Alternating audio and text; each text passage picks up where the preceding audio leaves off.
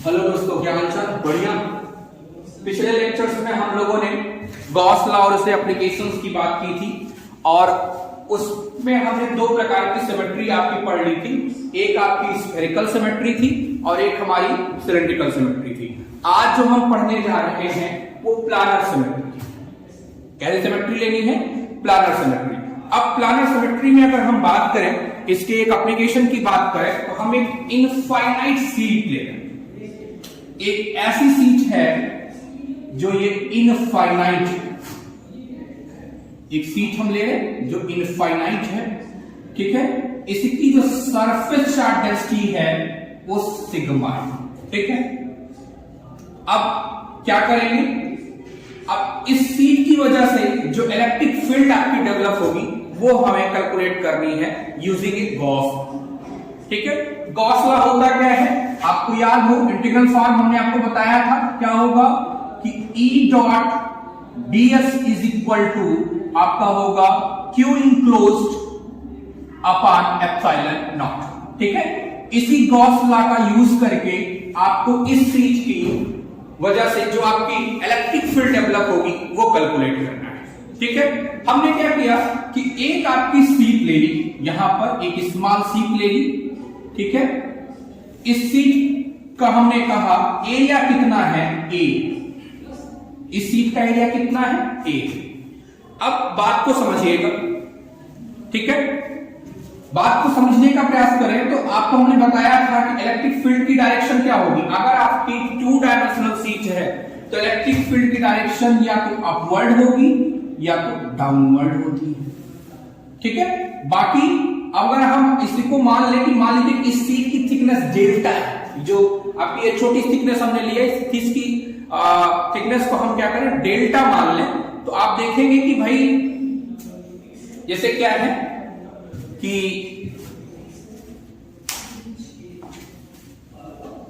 जैसे क्या है कि मान लीजिए कि ये जो आपकी सीट है, अगर यही बुक हो, ध्यान समझिए, अगर यही बुक हो आपकी तो क्या होगा? आपकी इलेक्ट्रिक फील्ड समझिए, ये अपवर्ड डायरेक्शन हो गई, ये डाउनवर्ड डायरेक्शन हो जाएगी।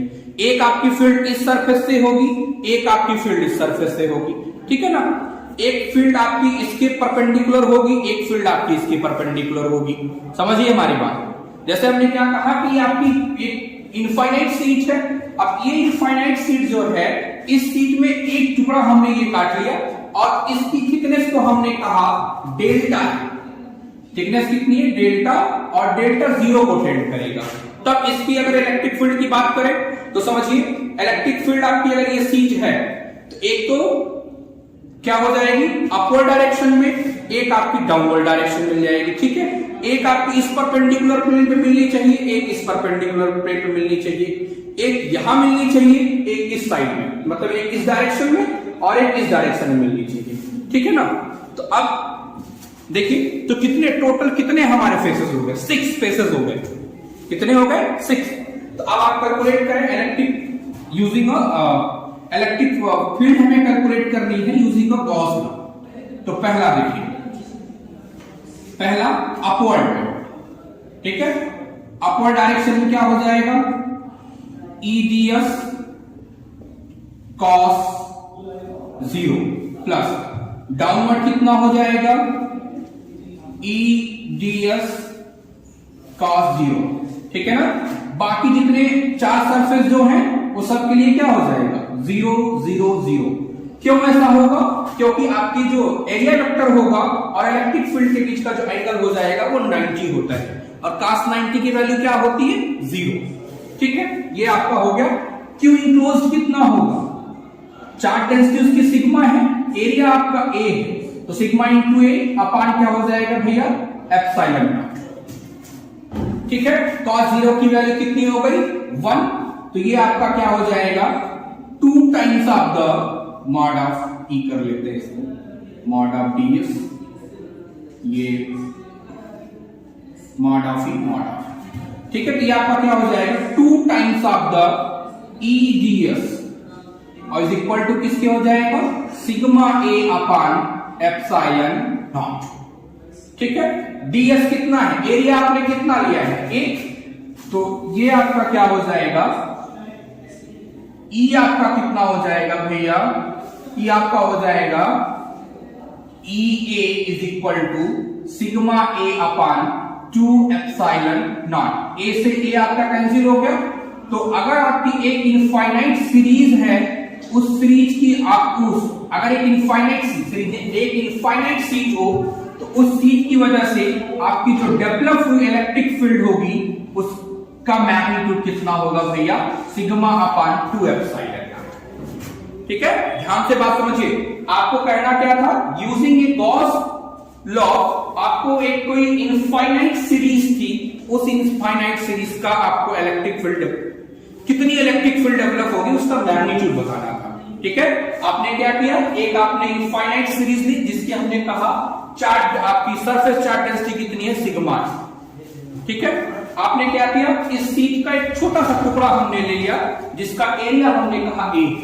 ठीक है, अब जब डेवलप हुई इलेक्ट्रिक फील्ड आपकी होगी उसकी डायरेक्शन अपवर्ड होगी, डाउनवर्ड होगी नहीं मिलेगी। बाकी और सब क्या हो जाएगा, क्योंकि एरिया वेक्टर और आपके इलेक्ट्रिक फील्ड के बीच का एंगल जो हो जाएगा वो 90 होगा। 90 होने की वजह से क्या हो जाएगा, cos 90 0 हो गया।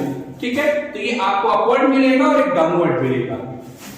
एरिया आपका ए था, सिग्मा था, तो चार्ज इंटू कितना हो जाएगा, sigma into A upon epsilon not. Solve किया आपने, 2EdS इज इक्वल टू कितना होगा, सिग्मा ए अपॉन एप्सिलॉन नॉट। ठीक है, यहां से आपने क्या निकाल लिया, मॉड ऑफ ई। ये क्या है भैया, मॉड ऑफ ई। तो मॉड ऑफ ई आपका कितना निकल के आया, मॉड ऑफ ई आपका निकल के कितना आया, सिग्मा अपॉन 2 एप्सिलॉन नॉट। अगर एक सिंगल सीट आपको दी गई तो उस सीट की वजह से आपकी जो इलेक्ट्रिक फील्ड होगी कितना होगी, सिग्मा अपॉन 2 एप्सिलॉन नॉट। ठीक, अब हम क्या कहते हैं कि दूसरी प्रॉब्लम देखिए कि अगर आपके पास 2 सीट प्रेजेंट हो, कैसी सीट प्रेजेंट हो भैया, 2 सीट अगर प्रेजेंट हो।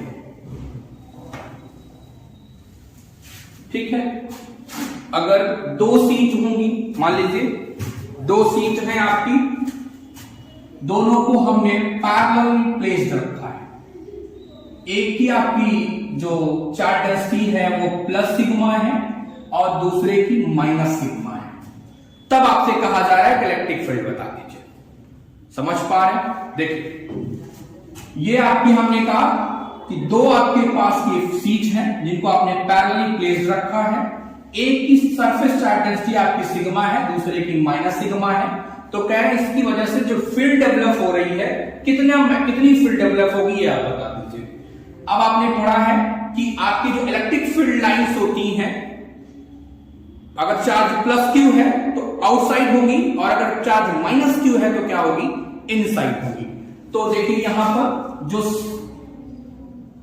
E प्लस सिग्मा होगा, ठीक है, E प्लस सिग्मा उसकी डायरेक्शन क्या होगी, आउटसाइड होगी, और E माइनस सिग्मा क्या होगा, उसकी डायरेक्शन भैया क्या होगी, इनवर्ड होगी। ठीक है, तो ये आपका पहला रीजन हो गया, ये आपका दूसरा रीजन हो जाएगा और ये हमारा तीसरा रीजन होता है। आपसे पूछ लेंगे, मान लीजिए कि पहले रीजन बताइए, दूसरे रीजन बताइए, तीसरे रीजन में बताइए, तो आप देखिए सिंपल सा लोग, इसमें सोचना नहीं है, आप प्रिंसिपल ऑफ सुपरपोजिशन अपना लगाइए। प्रिंसिपल ऑफ सुपरपोजिशन क्या कहता था, अगर आपके पास n नंबर ऑफ चार्जेस हो तो आप क्या करते थे, इंडिविजुअल फील्ड निकालते थे, सबका सम कर देते थे। वही लगाइए, 2 सीट आपके पास हो गई, 2 सरफेस चार्ज डेंसिटी हो गई, एक प्लस क्यू और एक माइनस क्यू, तो निकाले तो प्लस क्यू की डायरेक्शन क्या हो जाएगी, आउटसाइड, और इसकी क्या हो जाएगी, इनसाइड। तो यहां पर रिजल्टेंट क्या हो जाएगा, मैग्नीट्यूड तो सेम ही होगा, तो रिजल्टेंट क्या हो जाएगा भैया, यहां पहले पोर्शन में आपकी फील्ड जो हो जाएगी वो क्या होगी, 0 होगी। सेम तीसरे को, अगर तीसरे रीजन की बात करें, थर्ड रीजन में, तो थर्ड रीजन में भी वही होगा, आपकी माइनस क्यू की वजह से इनवर्ड हो जाएगी और प्लस की वजह से क्या हो जाएगी, आउटसाइड होगी। तो यहां भी आपका क्या हो जाएगा, ये यहां भी आपकी फील्ड 0 हो गई। ठीक है, यहां भी आपकी माइनस क्यू की वजह से क्या हो जाएगा, जो E माइनस क्यू आपका होगा ये इनवर्ड होगा और प्लस की वजह से क्या हो जाएगा, आउटवर्ड हो जाएगा। तो यहां सम क्या हो गया, 0। दूसरे रीजन में बात करते हैं। देखिए दूसरे रीजन की अगर आप बात करो तो यहां पर दोनों फील्ड का नेचर क्या हो जाएगा, दोनों की डायरेक्शन सेम हो जाएंगी, चाहे E प्लस सिग्मा हो चाहे E माइनस सिग्मा हो, तो दोनों की वजह से आपकी जो फील्ड होगी भैया वो क्या हो जाएगी, डायरेक्शन सेम हो जाएगी। तो आपकी जो रिजल्टेंट फील्ड E होगी ये किसके बराबर हो जाएगी, E सिग्मा प्लस और ये E sigma minus. E sigma plus कितना हो जाएगा, सिग्मा अपान 2 एप्सिलॉन नॉट, और E सिग्मा माइनस के लिए क्या हो जाएगा, ठीक है, इसके लिए क्या हो जाएगा, सिग्मा अपान 2 एप्सिलॉन नॉट। तो ये आपका कितना हो जाएगा, सिग्मा अपान एप्सिलॉन नॉट हो जाएगा। अगर आपके पास क्या हो जाएगा, दो सीट होंगी, दो सीट अगर रहे तो क्या हो जाएगा आपका सिग्मा अपान 2 एप्सिलॉन नॉट। नहीं, से एक सीट होगी सिग्मा अपान 2 एप्सिलॉन नॉट, दो सीट अगर आपके पास पैरेलली प्लेस्ड होंगी तो आपकी सिग्मा अपान एप्सिलॉन नॉट। ठीक, और देखिए अब मान लीजिए कि ये दोनों सीट आपकी जो है, इन दोनों सीट का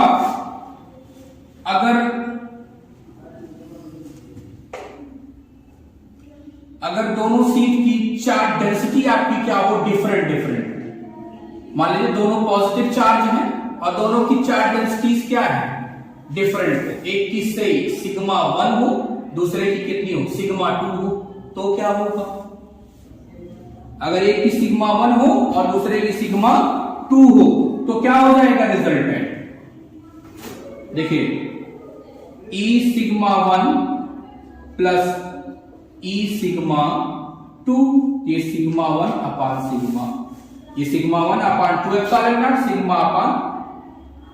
सिग्मा 2 अपान 2 एप्सिलॉन नॉट, ये कितना हो जाएगा 1 अपान 2 एप्सिलॉन नॉट, ठीक है, और सिग्मा 1 प्लस सिग्मा 2 हो जाएगा। तो ठीक है भैया, ये आपकी प्लानर सिमेट्री है। इस पे 3 प्रकार की प्रॉब्लम आपसे पूछी जाती हैं कि एक इनफाइनाइट सीट अगर आपको दे दिया तो आप निकाल देंगे, कितना हो जाएगा, सिग्मा अपान 2 एप्सिलॉन नॉट हो जाएगा।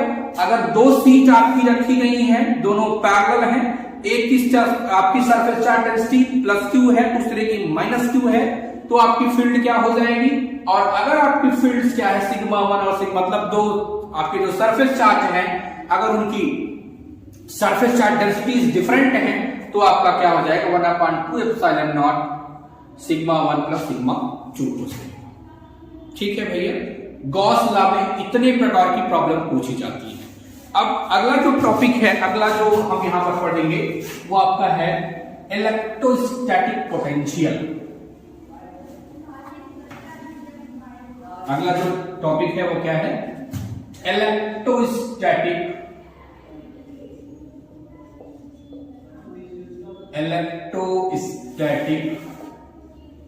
पोटेंशियल। अगला जो टॉपिक पढ़ना है हमको वो क्या है भैया, इलेक्ट्रोस्टैटिक पोटेंशियल। आइए इलेक्ट्रोस्टैटिक पोटेंशियल पढ़ने के पहले देखिए एक क्वेश्चन आपका पूछा जाता है कभी कभी कि कैसे आप फाइंड करेंगे, क्वेश्चन आपसे पूछ लेंगे और कहेंगे कि ये बताइए कि ये फील्ड आपकी इलेक्ट्रोस्टैटिक है कि नहीं। समझिए, आपसे पूछ लेंगे कि आप बता दीजिए फील्ड आपके इलेक्ट्रोस्टैटिक है कि नहीं। ठीक है, अब इसके लिए क्या करेंगे देखिए, इसी में इलेक्ट्रोस्टैटिक पोटेंशियल में चलिए हमने क्या किया है,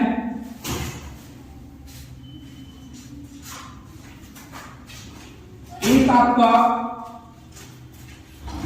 इलेक्ट्रोस्टैटिक फील्ड हमने कंसीडर कर दिया। ठीक है, यहां पर हमने एक चार्ज Q रखा है और इस चार्ज की वजह से आपकी फील्ड डेवलप हो रही है। ठीक है, यहां पर एक पॉइंट आपका A है, यहां पर आपका पॉइंट B है, ये आपका रेफरेंस पॉइंट है। ठीक, अगर पोजीशन वेक्टर की बात करें तो ये आपका क्या हो जाएगा RB और इसका पोजीशन वेक्टर क्या हो गया RB। ठीक, अब यहां पर आप क्या करेंगे, इलेक्ट्रिक फील्ड का लाइन इंटीग्रल निकालेंगे। ए से कहां तक जाना है, बी तक, ठीक है। लिमिट आपकी ए से बी है और आप लाइन इंटीग्रल निकाल देंगे, ठीक है। लाइन इंटीग्रल होगा ई आप जानते हैं कितना है, 1/4 pi epsilon naught Q upon R square, और ये आपका क्या हो जाएगा, डायरेक्शन आपकी आर है, ठीक। अब यहां पर हम क्या करेंगे, स्फेरिकल सिमेट्री पकड़ रहे हैं, ये आपका क्या हो जाएगा, आर कैप। देखिए ये डीएल है ना, तो यहां पे क्या करेंगे, D R cap plus D theta theta cap plus ये आर डी थीटा होगा, एक second, R D theta theta cap plus R sine theta D phi cap, ठीक है। ये आपका, अब देखिए इंटीग्रेशन करिए, 1/4 pi epsilon naught as it is है Q upon R square. R cap का आर कैप से करेंगे तो क्या हो जाएगा, लिमिट यहां ए से बी है, ठीक है। आर कैप का आर कैप से 1 हो जाएगा, बाकी R cap theta 0, R cap phi 0, तो ये आपका ये बचेगा, ठीक है। लिमिट ए से क्या हो जाएगी बी, सिर्फ डी आर बचेगा, बाकी सब क्या हो जाएंगे 0 हो गए। इंटीग्रेट करिए तो ये आपका हो गया 1/4 pi epsilon Q upon 4 pi epsilon not, और ये आपका क्या बचेगा भैया, यहां से देखिए ए से बी था ना, तो ये आपकी लिमिट बदल जाएगी आर ए से आर बी, ये आपका क्या हो जाएगा आर बी, ये आपका हो जाएगा आर ए। लिमिट करेंगे इसका क्या हो जाएगा, -1/r, और ये आपका कितना आएगा आर ए से आर, ठीक है। तो इंटीग्रेशन आपका कितना आया, ई डीएल, और ये कितना आ जाएगा भैया 1/4 pi epsilon naught Q upon 4 pi epsilon not 1/r e minus 1/r, ये आपका हो गया, ठीक है। ये तो अगर आपका सरफेस ओपन है तब आपको मिलेगा। अगर आप क्या करोगे, लाइन इंटीग्रल निकाल दें, ये तो साफ। अगर आपका सरफेस क्लोज, सरफेस कैसा होगा, क्लोज होगा, तो सरफेस क्लोज होगा, इसका मतलब आर ए पॉइंट और R B point, A B point एक ही जगह होंगे, इसका मतलब क्या हो जाएगा, आर ए इक्वल टू किसके, आर बी के। यहां लिख देते हैं, थोड़ा सा दूर कर देते हैं। देखिए अगर आपका सरफेस क्या हो, क्लोज होगा, तो क्लोज सरफेस के लिए क्या हो जाएगा, ई डीएल, ये आपका 0 हो जाएगा। क्यों 0 हो जाएगा, क्योंकि आर ए इक्वल टू किसके हो जाएगा, आर बी, ये फॉर क्लोज सरफेस के, फॉर क्लोज सरफेस के लिए आर इक्वल टू क्या हो जाएगा, आर बी हो जाएगा, ठीक है। अगर आपकी फील्ड कंजर्वेटिव हो, देखिए अगर आपका ईडीएल क्लोज लूप के लिए अगर आपका 0 आ जाता है तो आपकी फील्ड कैसी है, इलेक्ट्रोस्टैटिक है। अगर ये आपका लाइन इंटीग्रल ओपन सरफेस के लिए इतना आता है तो आपकी फील्ड क्या है, इलेक्ट्रोस्टैटिक है, ये ध्यान रखेंगे, ठीक है। अब अगर फील्ड आपकी कैसी हो, कंजर्वेटिव हो, फील्ड आपकी कैसी होगी भैया, अगर कंजर्वेटिव फील्ड, ठीक है, for conservative field. Conservative field क्या होती है पता होगा, लाइन पर तो डिपेंड करती ही नहीं है, मतलब पाथ पर, लाइन मतलब पाथ। कंजर्वेटिव अगर आपका है तो पाथ पर डिपेंड करेगा नहीं, पाथ पर डिपेंड नहीं करेगा तो क्या करेंगे, अब इसको आप स्टोक्स थ्योरम लगा करके सरफेस में ले आएंगे, ये आपका क्या हो जाएगा, curl of E d s equal to क्या हो जाएगा? 0। ठीक। अगर आपका ऐसा होता है तो आपकी फील्ड कैसी होगी? कंजर्वेटिव है।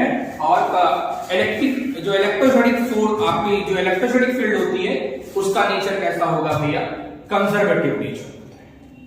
ये ध्यान रखिएगा कि अगर आपकी फील्ड इलेक्ट्रोस्टैटिक है तो कंजर्वेटिव फील्ड है, ठीक है ना?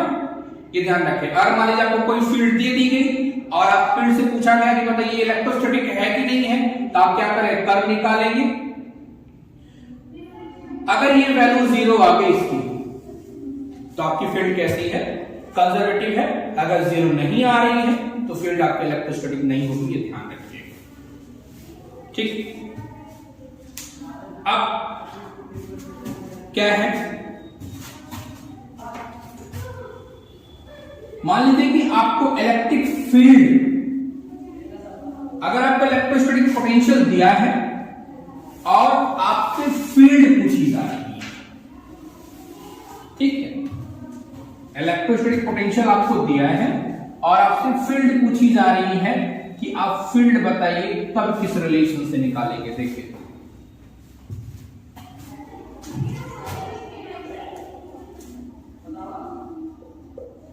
relation between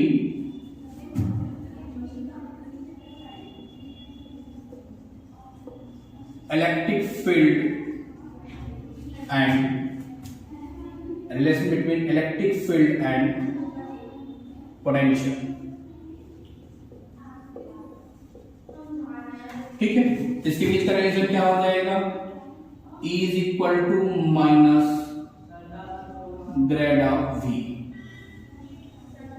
इक्वल टू क्या हो जाएगा?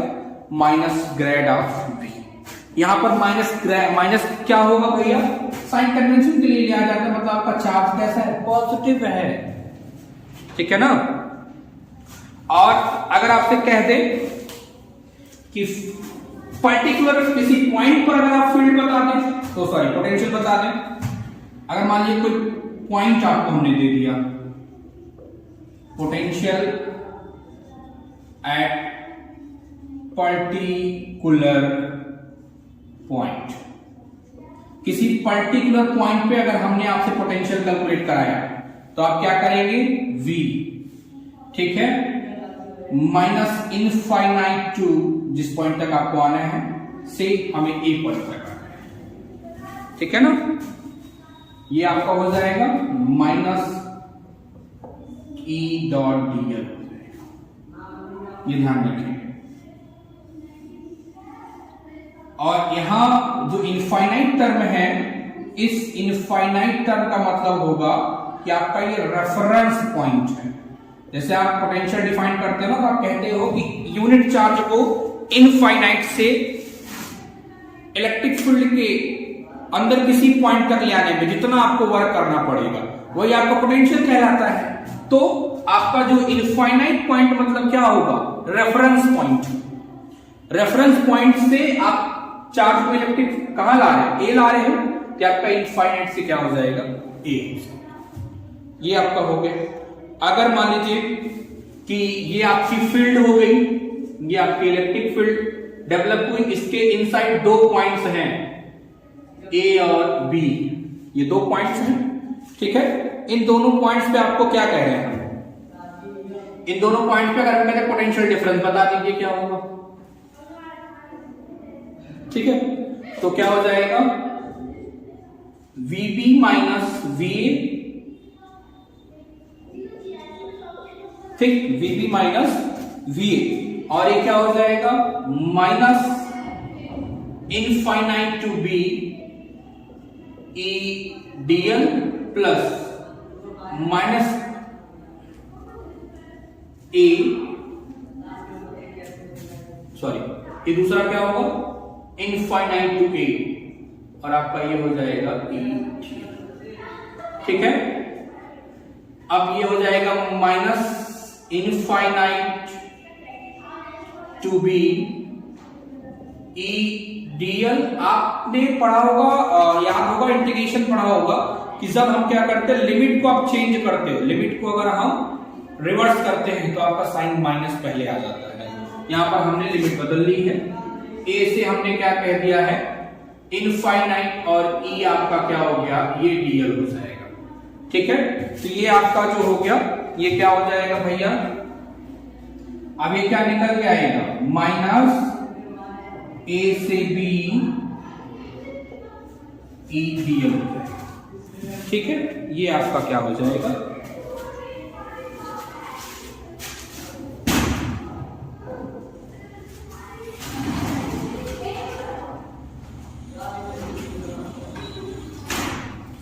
ये आपका ईडीएल हो जाएगा। ठीक है, या यहीं से अगर ग्रेड के फॉर्म में लिखना है तो आप लिख लीजिए, क्या हो जाएगा ई आपका वही माइनस ग्रेड ऑफ वी, तो ये आपका इनके बीच में पोटेंशियल हो जाएगा। ठीक है, अगर आपको इलेक्ट्रिक फील्ड गिवन है और तब आपसे क्या निकलवा रहे हैं, इलेक्ट्रिक फील्ड अगर आपकी गिवन है और आपसे कह रहे हैं, सॉरी आपको पोटेंशियल गिवन है और आपसे इलेक्ट्रिक फील्ड निकलवा रहे हैं तो आप, ठीक है। एक प्रॉब्लम इस पे करते हैं।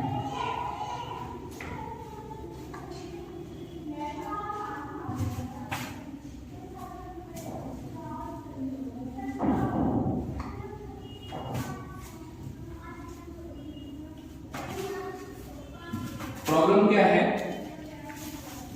कि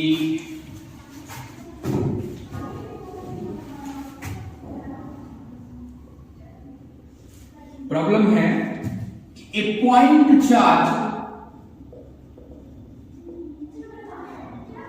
ए point charge Q of mass M is kept at a distance,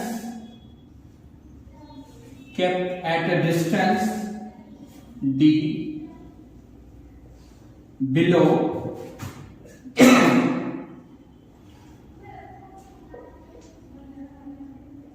a grounded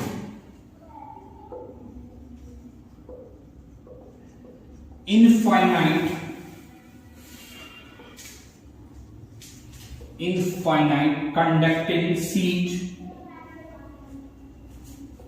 conducting sheet which lies in XY plane। कह रहे हैं what is the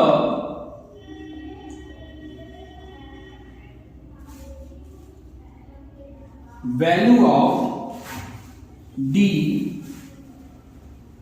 for which the charge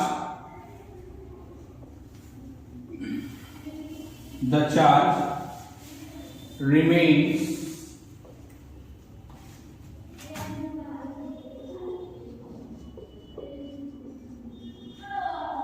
stationery.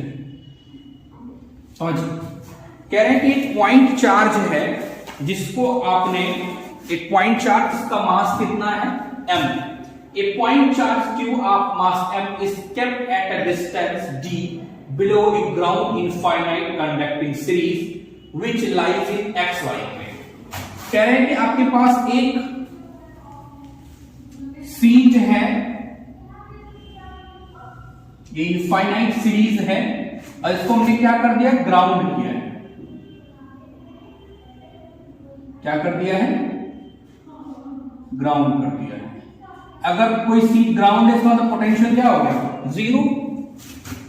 कह रहे हैं कि इस सीट के से d डिस्टेंस पर आपने क्या रखा है, कोई एक चार्ज Q रखा है। ठीक है, तो कह रहे हैं कि for what value of D, या हाँ what is the value of D for which the charge remain stationary. तो D की किस वैल्यू के लिए चार्ज आपका क्या होगा स्टेशनरी होगा, ये आपको बताना है। समझ रहे हैं हमारी बात को। कह रहे हैं कि आपके पास एक इनफाइनाइट सीरीज है जिसको आपने ग्राउंड कर रखा है, उस सीट से स्मॉल d डिस्टेंस पर आपने कोई एक चार्ज रखा है ठीक है, कह रहे थे किस वैल्यू के लिए, डी की किस वैल्यू के लिए ये चार्ज आपका क्या होगा, स्टेशनरी होगा।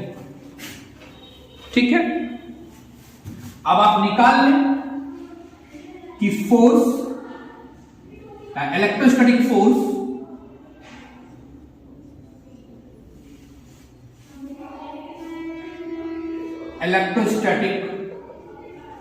फोर्स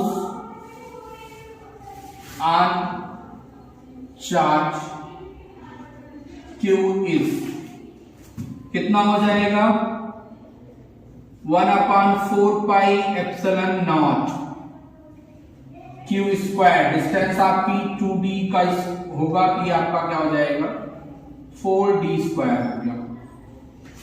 ये आपका फोर्स है, ठीक,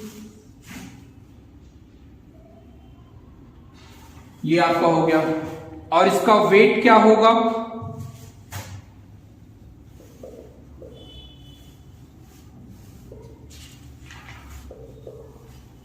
mg हो जाएगा। फोर्स आपका जो होगा उसकी डायरेक्शन अपवर्ड होगी और आपका जो वेट होगा उसकी डायरेक्शन mg डाउनवर्ड होगी। ठीक है, तो आप कहेंगे at balance condition, at balance condition पे क्या होना चाहिए, आपका जो इलेक्ट्रोस्टैटिक फोर्स है,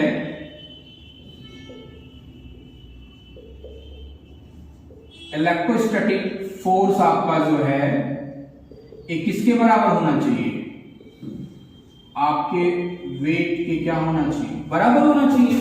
ठीक है, तो देखिए आपका फोर्स कितना है भैया, फोर्स है 1/4πε0 Q स्क्वायर 4d स्क्वायर, ये बराबर किसके हो जाएगा mg। ठीक है, तो आपका d स्क्वायर कितना आ जाएगा, d स्क्वायर आपका जो होगा इसकी वैल्यू जो आएगी Q square upon 16πε0 square ε0 mg होगी। ठीक है, इंप्लाइज दैट यहां से आप d निकाल दें तो d क्या हो जाएगा Q अपॉन 4πε0 mg। ठीक है, d की इस वैल्यू के लिए आपका चार्ज क्या हो जाएगा भैया, स्टेशनरी हो जाएगा। ठीक है, तो ये प्रॉब्लम आपकी है। प्रॉब्लम फिर से समझ लीजिए, कह रहे हैं कि point charge q of mass m is kept at a distance d below ground infinite conducting series which line xy plane. कह रहे what is the value of d for which the charge remain stationary. तो हमने क्या किया, हमने कहा कि एक आपके पास इनफाइनाइट सीट थी जिसको ग्राउंड किया, मतलब पोटेंशियल जीरो हो गया, आपका बात खत्म हो गई। अब इलेक्ट्रोस्टैटिक फोर्स आपने कहा Q चार्ज पर इतना लगेगा, वेट उसका mg डाउनवर्ड होगा, फोर्स की डायरेक्शन अपवर्ड होगी। तो अब अगर चार्ज स्टेशनरी होना होगा तो दोनों बराबर होंगे। ठीक है, और आपने क्या किया, इलेक्ट्रोस्टैटिक फोर्स किसके बराबर होगा, वेट के, रख दिया, तो आपका d कितना हो गया Q अपॉन 4 रूट ε0 mg, इतना होना चाहिए। g यहां पर क्या है, ग्रेविटी है, ध्यान रखेंगे, m मास है, एप्सिलॉन आपकी परमिटिविटी है, पाई आप जानते हैं। ठीक है, तो आज के लेक्चर में इतना ही। अब नेक्स्ट लेक्चर में हम जो है इलेक्ट्रोस्टैटिक पे बेस्ड कुछ प्रॉब्लम्स करेंगे, फिर इसके बाद क्या होगा आप, अब जैसे क्या हो गया कि एक चीज तो आपने निकाल ही लिया, स्टार्टिंग लेक्चर अगर आपको याद हो, स्टार्टिंग लेक्चर में हमने कहा ना 3 चीजें इलेक्ट्रोस्टैटिक में पकड़नी है, चार्ज, इलेक्ट्रिक फील्ड और पोटेंशियल। ये पूरी की पूरी इलेक्ट्रोस्टैटिक के अराउंड आपकी ओपन घूमेगी। अभी आपने क्या किया, E आपके पास था तो आपने V निकालने का प्रोसेस पढ़ा, और V अगर आपको पता है तो आपने E निकालने का प्रोसेस है। ठीक है, अब अभी तो इस पे बेस्ड हम कुछ प्रॉब्लम्स करेंगे कल, करने के बाद फिर हम क्या करेंगे, अगर आपको V गिवन होगा तो हम चार्ज कैसे निकालेंगे ये आपको पढ़ना है। ठीक है, तो कल का लेक्चर जो होगा वो याद रखेंगे कि इलेक्ट्रिक फील्ड्स और पोटेंशियल गिवन होंगे, या दोनों में से कोई एक गिवन होगा तो आपको, या तो अगर इलेक्ट्रिक फील्ड गिवन है तो पोटेंशियल निकालना होगा, अगर पोटेंशियल गिवन है तो इलेक्ट्रिक फील्ड। इसके बाद हम क्या करेंगे, पोटेंशियल आपको गिवन होगा तो चार्ज कैसे निकालेंगे, या चार्ज आपको गिवन होगा पोटेंशियल कैसे निकालेंगे, इसकी चर्चा हम नेक्स्ट लेक्चर में करेंगे आपसे। तब तक के लिए थैंक यू।